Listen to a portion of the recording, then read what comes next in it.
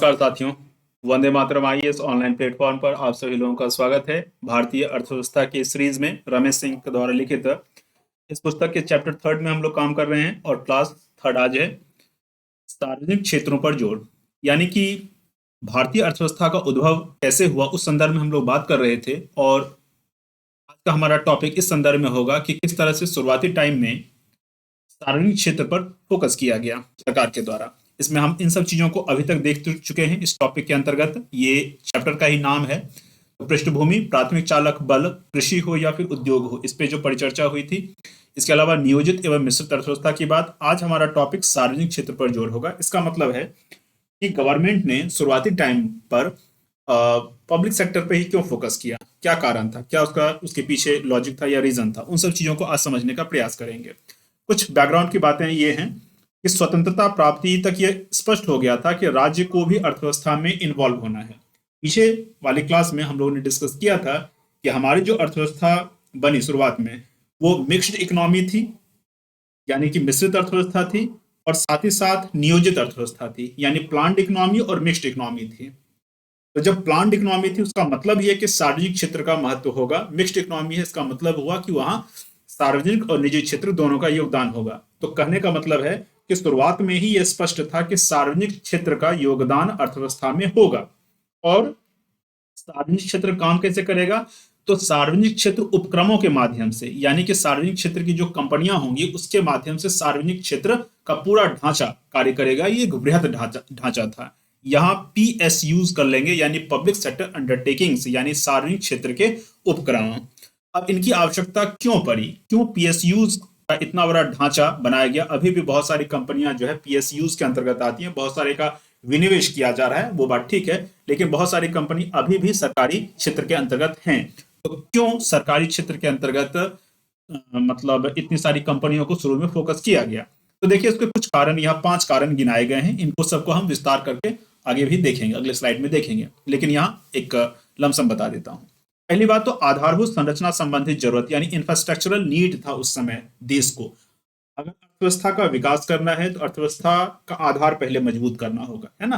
पहले आधार ही तो मजबूत करते हैं। जब आधार होगा तो उस आधार पर आगे का काम हो सकता है। यानी कि आर्थिक विकास तभी हो सकता है जब आधार मजबूत हो। दूसरी बात, औद्योगिक जरूरतें, यानी इंडस्ट्रियल नीड्स। उद्योग की जो अपनी जरूरत थी, मुख्य रूप से यहाँ 8 कोर इंडस्ट्रीज के बारे में बात करेंगे कि उन 8 कोर इंडस्ट्रीज के बगैर किसी भी देश की अर्थव्यवस्था डेवलप कर ही नहीं सकती है, ग्रोथ कर नहीं सकती है। नेक्स्ट बात है रोजगार सृजन, यानी एम्प्लॉयमेंट जनरेशन। नेक्स्ट बात है मुनाफा और सामाजिक क्षेत्र का विकास। सामाजिक क्षेत्र का मतलब ये हुआ कि शिक्षा, चिकित्सा, इस तरह की जो चीजें हैं वो सामाजिक क्षेत्र के अंतर्गत आएगी, जिसको मुख्य रूप से सरकार ही करना पसंद करती है। प्राइवेट सेक्टर जिसमें मुनाफा ना हो वैसे चीजों को नहीं करती है या नहीं करना पसंद करती है। तो इसलिए सामाजिक क्षेत्र के विकास के लिए भी आवश्यक था कि सरकार खुद ही जो है अपने PSUs के माध्यम से इनकम जनरेट करे, उसका उपयोग इन सब क्षेत्र में करे। इसके अलावा निजी क्षेत्र का उदय, यानी rise of private sector. Private sector का जैसे से उदय हो रहा था उसके लिए जो आधार है वो PSUs भी तैयार कर रही थी। तो चलिए एक एक चीज को अब हम विस्तार पूर्वक देखते हैं। जैसे कि सार्वजनिक क्षेत्र को क्यों फोकस किया गया, इस संदर्भ में पहला जो एक पॉइंट हमारा था कि आधारभूत संरचना संबंधित जरूरत थी। उस समय देश को इंफ्रास्ट्रक्चरल नीड था, इसके कारण से सार्वजनिक क्षेत्र पर फोकस किया गया। क्यों? क्योंकि प्राइवेट सेक्टर इन सब इंफ्रास्ट्रक्चरल नीड्स को पूरा नहीं कर पाती, ठीक है। और इस तरह का इंफ्रास्ट्रक्चरल नीड, चाहे वो बिजली से संबंधित हो, परिवहन से संबंधित हो, संचार, ये सब आधारभूत संरचना का निर्माण करती है, ठीक है। और स्वतंत्रता प्राप्ति के समय अगर हम बात करें तो इन सब की उपस्थिति बहुत ही कम ही थी, बिजली की, परिवहन की, संचार आदि की, जिसकी अर्थव्यवस्था में बहुत ही महत्वपूर्ण भूमिका होती है। स्वतंत्रता प्राप्ति के समय इसकी उपस्थिति नगण्य थी और इनके बगैर आधुनिक उद्योग जो है उसका विकास नहीं हो सकता है। वैसे जो परंपरागत उद्योग हमारे जो स्थानीय स्तर पर, ग्रामीण स्तर पर चल रहे थे वो बहुत अच्छी स्थिति में चल रहे थे बिना इन सब के ज्यादा विकास के।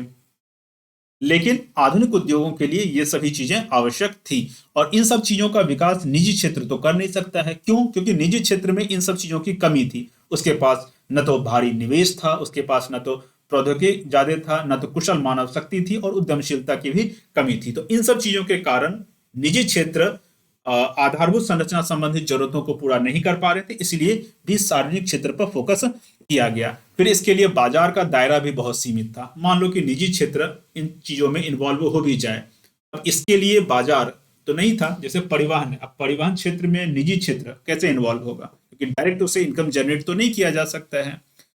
आम जनता में इसके लिए क्रय शक्ति का भी अभाव था। विद्युत की ही बात करते हैं, मान लो कि इलेक्ट्रिसिटी जनरेशन का काम जो है प्राइवेट सेक्टर खुद करता। अब इलेक्ट्रिसिटी को कोई खरीदने वाला ही नहीं होता। पहली बात तो खुद से इलेक्ट्रिसिटी जनरेट करना किसी प्राइवेट कंपनी के लिए कठिन था। उसके बावजूद अगर कर भी ले तो उसको खरीदेगा कौन? तो गवर्नमेंट को खुद जो है इलेक्ट्रिसिटी, रोड, रेल, इन सब चीजों में इन्वॉल्व होना पड़ा, और इसको सब्सिडी के माध्यम से यानी कम कीमतों के माध्यम से सरकारों ने लोगों के लिए उपलब्ध करवाया। इसका फिर मार्केट बनता चला गया। जब मार्केट बन गया तो धीरे धीरे ये प्राइवेट सेक्टर के हाथों में भी जाने लगा। अतः आधारभूत संरचना विकास का दायित्व तो केवल सरकार ही संभाल सकती थी। दूसरी बात, औद्योगिक जरूरत। औद्योगिक जरूरत के संदर्भ में समझ सकते हैं कि विशेष करके कुछ उद्योगों को हम लोग आधारभूत उद्योग कहते हैं। पीछे भी उसकी चर्चा हमने किया है, यहाँ सिस्टमैटिक ढंग से चर्चा करेंगे। 8 उद्योग ऐसे हैं जिनको कोर इंडस्ट्रीज कहते हैं या बेसिक इंडस्ट्रीज कहते हैं। ठीक है, तो इन सब उद्योगों के लिए आधारभूत संरचना उद्योग भी इनको कहते हैं। तो इन 8 उद्योगों पर ही अन्य उद्योगों का भविष्य निर्भर करता है। ये 8 उद्योग अगर हो जाए किसी अर्थव्यवस्था में अच्छी स्थिति में, तो अन्य उद्योग के लिए ये बहुत बहुत मजबूत आधार प्रदान कर देता है। ये 8 उद्योग ये सब हैं। ठीक है, इन उद्योगों के बिना अन्य उद्योगों का विकास नहीं हो सकता है। ठीक है, तो इन सब चीजों के लिए भी सरकार को खुद इन्वॉल्व होना पड़ा। एक फैक्ट है, इन फैक्ट को हम लोग यहाँ देख लेते हैं। इन 8 उद्योगों का औद्योगिक उत्पाद सूचकांक यानी आईआईपी में, ये करंट का मामला है, ये अभी का मामला है।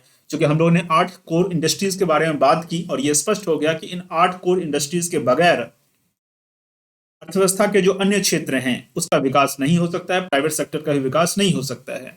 तो ये तो बात समझ में आ गई। इसीलिए गवर्नमेंट को पीएसयूज के माध्यम से इन सब क्षेत्रों में खुद ही इन्वॉल्व होना पड़ा। अब कुछ करंट की बात कर लेते हैं कि इन 8 उद्योगों का महत्व कितना है, वेटेज कितना है। तो आईआईपी के हिसाब से, यानी कि index of industrial production, index of industrial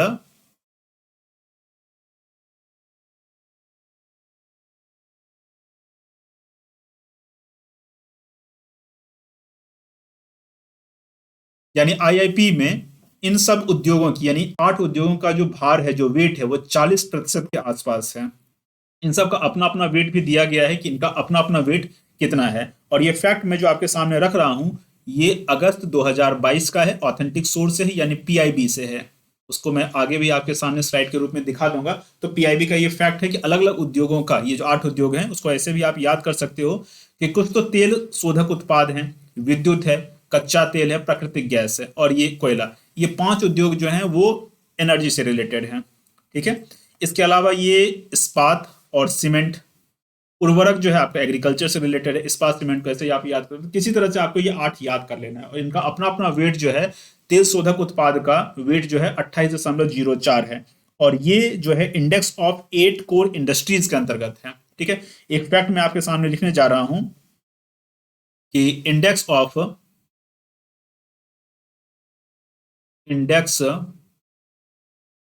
of 8 core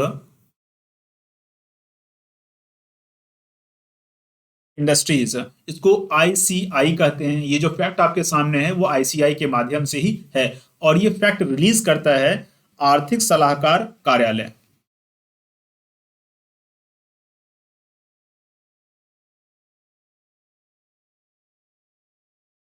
यानी कि the office of economic adviser ये जारी करता है, इसको ध्यान रखेंगे। और ये जिस डिपार्टमेंट के थ्रू ये जारी करता है वो डिपार्टमेंट का नाम है डीपीआईआईटी, यानी कि department for promotion of industry and internal trade.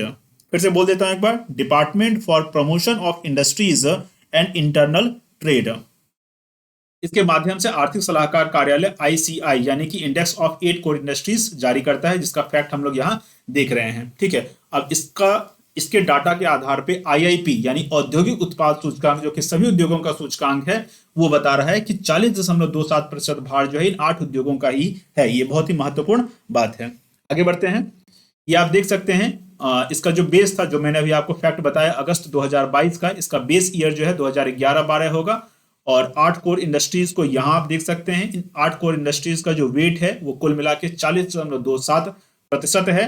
और ये यहाँ से इंडेक्स ऑफ इंडस्ट्रियल प्रोडक्शन के द्वारा ये डाटा रिलीज किया गया था। इसमें अलग अलग इंडस्ट्रीज का जो वेट मैंने आपको वहां लिख के बता दिया, आप यहाँ भी इसको डिटेल से पढ़ सकते हैं इन 8 उद्योगों का। अब यहाँ भी निजी क्षेत्र को, जो ये 8 उद्योग हैं, यहाँ भी निजी क्षेत्र को भारी पूंजी, प्रौद्योगिकी, मानव संसाधन, उद्यमिता आदि की समस्या होती है। इन चीजों के लिए बाजार की अनुपलब्धता, उपभोक्ताओं की कमजोर क्रय शक्ति है। इन उद्योगों की स्थापना का दायित्व सरकार ने स्वयं ही वहन किया। पहली बात तो ये 8 उद्योग बहुत ही महत्वपूर्ण है, लेकिन इन 8 उद्योगों को संभालने की शक्ति निजी क्षेत्र में नहीं है, इसलिए सरकार को स्वयं ही इसका भार वहन करना पड़ा। अब तीसरी बात है रोजगार सृजन, एम्प्लॉयमेंट जनरेशन। एक बात तो मैं शुरू में ही बता दूं कि ऐसा नहीं था कि जब आधुनिक उद्योग नहीं थे तो लोगों के पास रोजगार नहीं था। जब आधुनिक उद्योग नहीं थे तब भी लोगों के पास पर्याप्त मात्रा में रोजगार था। इस बात को हमें पहली बार समझ जाना है, ठीक है, क्योंकि स्थानीय स्तर पर, लोकल लेवल पे, ग्रामीण स्तर पर बड़ी मात्रा में रोजगार था, क्योंकि जितने लोग उपभोग करते थे, कंजप्शन करते थे, वो उत्पादन भी करते थे, हर एक हाथ को काम मिला हुआ था। लेकिन आधुनिक उद्योगों को अगर बढ़ाना था तो परंपरागत उद्योगों के स्थान पर नए आधुनिक उद्योगों की स्थापना करनी थी, लोगों को उसमें इन्वॉल्व करना था, रोजगार देना था। तो उस संदर्भ में यहां बात हो रही है। सार्वजनिक क्षेत्र के उपक्रम को रोजगार सृजन रणनीति के महत्वपूर्ण अंग के रूप में देखा गया। सार्वजनिक क्षेत्र का अगर विकास होगा तो लोगों को रोजगार मिलेगा, लोगों को नए आधुनिक उद्योगों में इन्वॉल्व किया जा सकता है। इनसे अपेक्षा की गई कि ये रोजगार योग्य श्रम शक्ति अथवा कार्य शक्ति के लिए पर्याप्त रोजगार का सृजन करेंगे। सार्वजनिक क्षेत्रों पर यह फोकस किया गया, लगा कि सार्वजनिक क्षेत्र अगर होंगे तो लोगों को रोजगार बड़ी मात्रा में मिल पाएगा, ठीक है। निर्धनों को रोजगार प्रदान करना गरीबी उन्मूलन का एक समय सिद्ध यानी टाइम टेस्टेड उपाय है। बढ़िया लाइन है ये कि अगर आपको निर्धनता का उन्मूलन करना है, गरीबी का उन्मूलन करना है, तो रोजगार प्रदान कर दीजिए। रोजगार प्रदान करने से बहुत हद तक ये हो सकता है। तो सरकारी क्षेत्रों का विकास इस संदर्भ में भी किया गया। नेक्स्ट पॉइंट है कि सार्वजनिक क्षेत्र सामाजिक परिवर्तन का भी साधन बना, ठीक है। तो इसलिए सामाजिक क्षेत्र का मतलब बहुत सारे परंपरागत रूप से ऐसे रोजगार थे जिसमें जो सामाजिक दृष्टिकोण से जो पिछड़े हुए लोग हैं वही इन्वॉल्व थे। उनका जो आमदनी था वो भी कम था, सामाजिक उनका जो स्टेटस था वो भी कमजोर था। तो सरकारी क्षेत्रों ने वैसे लोगों के लिए विशेष रूप से आरक्षण का प्रावधान करके रोजगार का प्रबंध किया, तो आर्थिक स्थिति उनकी अच्छी हुई, साथ ही साथ सामाजिक स्थिति भी उनकी अच्छी हो पाई। तो ये सरकारी क्षेत्र में ही पॉसिबल था उस समय। सरकार सार्वजनिक उपक्रमों को ट्रिकल डाउन इफेक्ट सिद्धांत की तरह ले रही थी, यानी कि अगर ऊपर से, हमने ट्रिकल डाउन का मतलब क्या हुआ कि टपकन नीति कि ऊपर से अगर विकास होना स्टार्ट हुआ है तो विकास का फायदा धीरे धीरे रिस्क कर लोगों तक पहुंच जाएगा, ठीक है। अब जैसे सार्वजनिक क्षेत्र पीएसयूज बनाया गया। अब पीएसयूज में सब लोगों को तो रोजगार नहीं दिया जा सकता है, लेकिन बहुत सारे लोगों को रोजगार दे दिया गया। अब उससे क्या होगा कि उससे अन्य लोगों को भी उससे फायदा होना स्टार्ट होगा। जिस परिवार का कोई एक व्यक्ति रोजगार में है उस पूरे परिवार का भरण पोषण होगा। गांव पे भी इफेक्ट पड़ेगा, छोटे छोटे शहरों जहां से वो व्यक्ति आता है वहां भी इफेक्ट पड़ेगा। शिक्षा, चिकित्सा, ये जो आधुनिक चीजें हैं इसमें भी लोग इन्वॉल्व होना स्टार्ट हो जाएंगे। तो सरकार ने सार्वजनिक उपक्रमों को इस दृष्टिकोण से भी रखा। माना जाता रहा कि इसके लाभ रिस्क कर सामान्य लोगों तक भी पहुंचेंगे और अंततः देश में वृद्धि और विकास को मजबूती मिलेगी। पूर्व प्रधानमंत्री, जैसे मान लो कि ये एक इसको क्या कहते हैं, बहुउद्देशीय परियोजना। इस तरह की परियोजनाओं को क्या कहते हैं? इस तरह की परियोजनाओं को कहते हैं बहुउद्देशीय परियोजना। यानी कि यहां पहली बात तो नदी पर क्या किया गया, नदी पर यह बांध बना दिया गया, ठीक है। ये बांध हो गया तो ये रोड हो गया, लोग यहां से यहां तक पुल के रूप में इसका इस्तेमाल करेंगे। पानी को रोका गया, इस पानी से फिर जो है यहाँ इलेक्ट्रिसिटी जनरेट किया जाएगा। साइड में कहीं इलेक्ट्रिसिटी जनरेट का हाइड्रो प्रोजेक्ट जो होते हैं उसमें इलेक्ट्रिसिटी जनरेट करने का प्रोजेक्ट भी होता है, वो हो गया। फिर इस पानी का नहरों से गांव-गांव तक पहुंचेगा, ठीक है। तो सिंचाई के रूप में इस्तेमाल होगा, तो सिंचाई के रूप में इस्तेमाल हो गया, परिवहन के रूप में इस्तेमाल हो गया, इलेक्ट्रिसिटी का निर्माण हो गया, ठीक है। तो इस तरह से इस तरह की परियोजनाओं को क्या कहा गया? बहुउद्देशीय परियोजना कहा गया।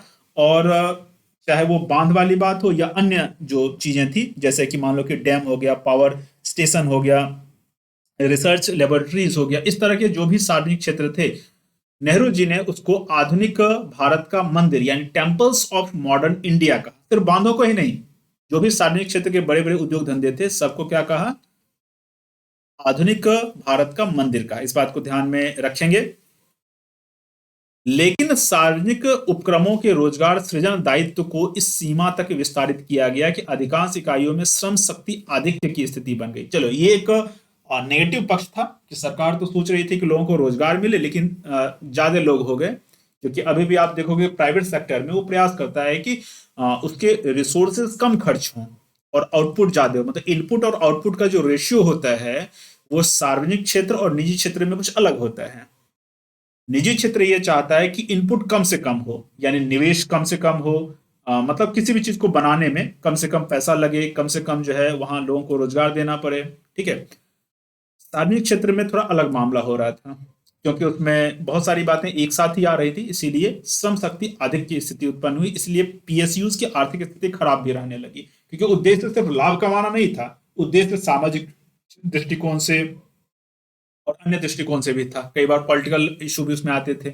इस कारण से पीएसयूज की आर्थिक स्थिति बहुत अच्छी नहीं रही। नेक्स्ट पॉइंट था क्यों पीएसयूज को आगे बढ़ाया गया। उस संदर्भ में नेक्स्ट पॉइंट है मुनाफा तथा सामाजिक क्षेत्र का विकास। तो देखो, सार्वजनिक क्षेत्र के जो उपक्रम होंगे यानी पीएसयूज होंगे, उससे जो लाभ कमाया जाएगा उससे सामाजिक वस्तु यानी सोशल गुड्स और सार्वजनिक वस्तु यानी पब्लिक गुड्स की आपूर्ति होगी। अब कहो कि ये सामाजिक वस्तु व सार्वजनिक वस्तु क्या होती है, यानी सोशल गुड्स और पब्लिक गुड्स क्या होता है। सामान्य रूप से आप समझ सकते हैं कि पब्लिक गुड्स का मतलब है सार्वजनिक रूप से जो इसका इस्तेमाल कर सकते हैं, और सामाजिक गुड्स मतलब जो सामाजिक विकास के लिए आवश्यक हो, जैसे शिक्षा, चिकित्सा, इस तरह की चीजें। ठीक है। जैसे इसमें शिक्षा, स्वास्थ्य, पोषण, पेयजल, सामाजिक सुरक्षा, इन सबको सामाजिक वस्तु के अंतर्गत रख सकते हैं, जबकि ये रोड, बांध, ये सब सार्वजनिक वस्तु के अंतर्गत आ सकता है। ठीक है। तो इस तरह की चीजों का विकास कब होगा? जब पीएसयूज के माध्यम से लाभ कमाया जाएगा। ठीक है। लेकिन बाद के समय में हम देखते हैं कि पीएसयूज, बहुत सारे पीएसयूज जो लाभ कमाने की स्थिति में नहीं रहे, तो उनका फिर डिसइन्वेस्टमेंट भी किया जाता रहा। लेकिन अधिकांश पीएसयूज पर्याप्त लाभ अर्जित न कर सका, जो मैंने आपको बताया। यहां पे आप कुछ पॉइंट को देख सकते हैं। इससे प्राइवेट गुड किसको कहते हैं और पब्लिक गुड किसको कहते हैं, जिसको मैंने बता दिया था। आप फिर से यहां उसी बात को यहां देख सकते हैं। नेक्स्ट पॉइंट है निजी क्षेत्र का उदय, यानी पीएसयूज की इसलिए स्थापना करनी पड़ी, सार्वजनिक क्षेत्र पे इसलिए भी फोकस करना पड़ा क्योंकि निजी क्षेत्र को सपोर्ट करना था। देखते हैं क्या है। औद्योगिकरण की प्रक्रिया के लिए, इंडस्ट्रियलाइजेशन के प्रोसेस के लिए पीएसयूज अर्थव्यवस्था की आधारभूत संरचना व मूलभूत उद्योगों की आपूर्ति का दायित्व संभालेंगे। ठीक है। प्राइवेट सेक्टर चूंकि उन सब चीजों में इन्वॉल्व नहीं होगा जहां उसको लाभ नहीं दिख रहा है, तुरंत लाभ नहीं दिख रहा है। हो सकता है कि लाभ बाद में दिखे लेकिन तुरंत लाभ ना दिखे, तो उन सब चीजों में इन्वॉल्व नहीं होगा। तो ऐसे चीजों में इन्वॉल्व कौन होगा? सरकारी क्षेत्र होगा। और इस तरह से पीएसयूज क्या करेंगे कि निजी क्षेत्र के उद्योगों के लिए आधार तैयार करेंगे, और इस तरह से निजी क्षेत्र के उद्योगों के उदय के साथ औद्योगिकरण की प्रक्रिया क्या होगी? वो पूर्ण होगी। उपरोक्त कारणों के अलावा पीएसयूज के विकास को फोकस करने के अन्य क्या क्या कारण थे? उत्पादन में आत्मनिर्भरता लानी थी, संतुलित प्रादेशिक विकास करना था, यानी अलग अलग क्षेत्रों का विकास जो अलग अलग तरीके से हुआ था। वैसे इनमें से अधिकतर चीजें जो हैं वो हो नहीं पाई, जैसे संतुलित प्रादेशिक विकास। क्या वास्तव में हर एक क्षेत्र का, हर एक राज्य का एक समान विकास हो पाया? क्या नहीं हो पाया। उत्पादन में आत्मनिर्भरता पूरी तरह से हो पाई? क्या नहीं हो पाई। आज भी अधिकतर चीजों के लिए हम विदेशी कंपनियों पर निर्भर हैं। लघु एवं अनुषंगिक उद्योगों का विकास, ये भी नहीं हो पाया। अधिकतर लघु उद्योग जो है खत्म होते चले जा रहे हैं। लेकिन उस समय के अनुसार जो गिनाया गया, किताबों में जो गिनाया जा रहा है, वो मैं आपके सामने रख दे रहा हूं। इसमें मेरा अपना निजी मत कुछ नहीं है। ठीक है। जो किताबों में लिखी बातें हैं, जो एग्जाम में आपको लिखना है, वो आपको आपके सामने प्रस्तुत कर रहा हूं। लेकिन फिर भी थोड़ा एनालिटिकल आपको खुद भी होना है, थोड़ा विश्लेषण आपको खुद भी करना है। कई बार ऐसा होता है कि उसके जो अन्य पक्ष हैं उसके बारे में भी आपको ठीक ठीक जानकारी होनी चाहिए। नेक्स्ट पॉइंट, निम्न व स्थिर मुद्रास्फीति के दर, भुगतान संतुलन में दीर्घकालीन साम्य। तो कुल मिला के इन सब कारणों के कारण भी पीएसयूज पे फोकस किया गया। वर्ष 85-86 तक सार्वजनिक क्षेत्र के उपकरणों की निम्न दक्षता यानी लो इफिशियंसी पर पूरे विश्व में एक आम सहमति बन गई। और इस आम सहमति का नतीजा ये हुआ कि वाशिंगटन सहमति, इसके बारे में हम लोगों ने पिछले क्लास में बात किया था। ये क्लास 5 था, चैप्टर फर्स्ट का क्लास 5 है। उस वीडियो को आप जाके देख सकते हैं। तो वहां मैंने वाशिंगटन सहमति के बारे में, बीजिंग सहमति के बारे में विस्तार से बताया है, उसको आप वहां देख सकते हैं। ठीक है, यहाँ ब्रीफली मैं बता दूं, 1989 में 1989 में आईएमएफ, वर्ल्ड बैंक और अमेरिकी ट्रेजरी विभाग ने वॉशिंगटन सहमति को सामने रखा। इसका जो मेन क्रक्स है वो ये है, ये मानना है, ये विचारधारा है कि बाजार किसी भी स्थिति को संभाल सकता है, यानी कि प्राइवेट सेक्टर ही वास्तव में बाजार के लिए सफिशियंट है, सरकार को उसमें इन्वॉल्व नहीं होना चाहिए बाजार में। ठीक है, तो ये वॉशिंगटन सहमति का था, यानी ये नव उदारवादी बात करता है, यानी प्राइवेट सेक्टर को बढ़ावा देने की, पूंजीवाद को बढ़ावा देने की बात करता है। तो जब 1985-86 में हमारे जो सार्वजनिक क्षेत्र थे वो अच्छी स्थिति में नहीं रहे, पता नहीं कैसे अच्छी स्थिति में नहीं रहे, क्या किसी षड्यंत्र के थ्रू इसको अच्छी स्थिति में नहीं रखा गया या क्या था मामला। तो सरकार शुरुआत में सोच रही थी कि सार्वजनिक क्षेत्र जो है अच्छी स्थिति में हो सकते हैं, और सार्वजनिक क्षेत्र को पहले बढ़ावा दिया गया।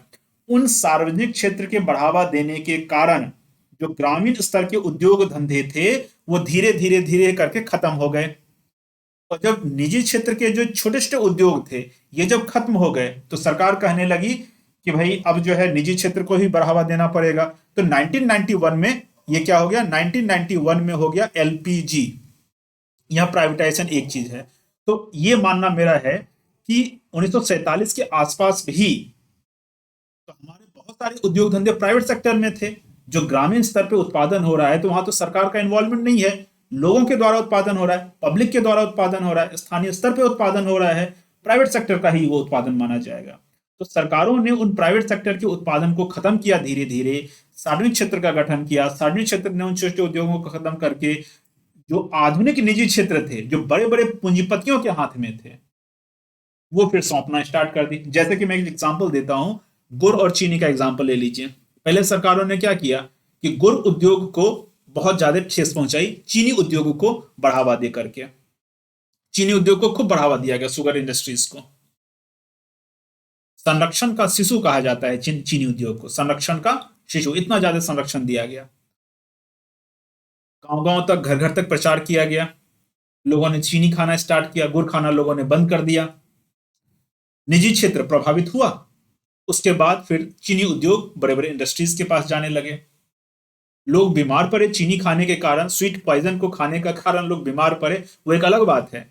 लेकिन प्राइवेट सेक्टर हमारा जो पूरे देश के गांव गांव में था, गुड़ की इंडस्ट्रीज, वो सब बर्बाद हुई।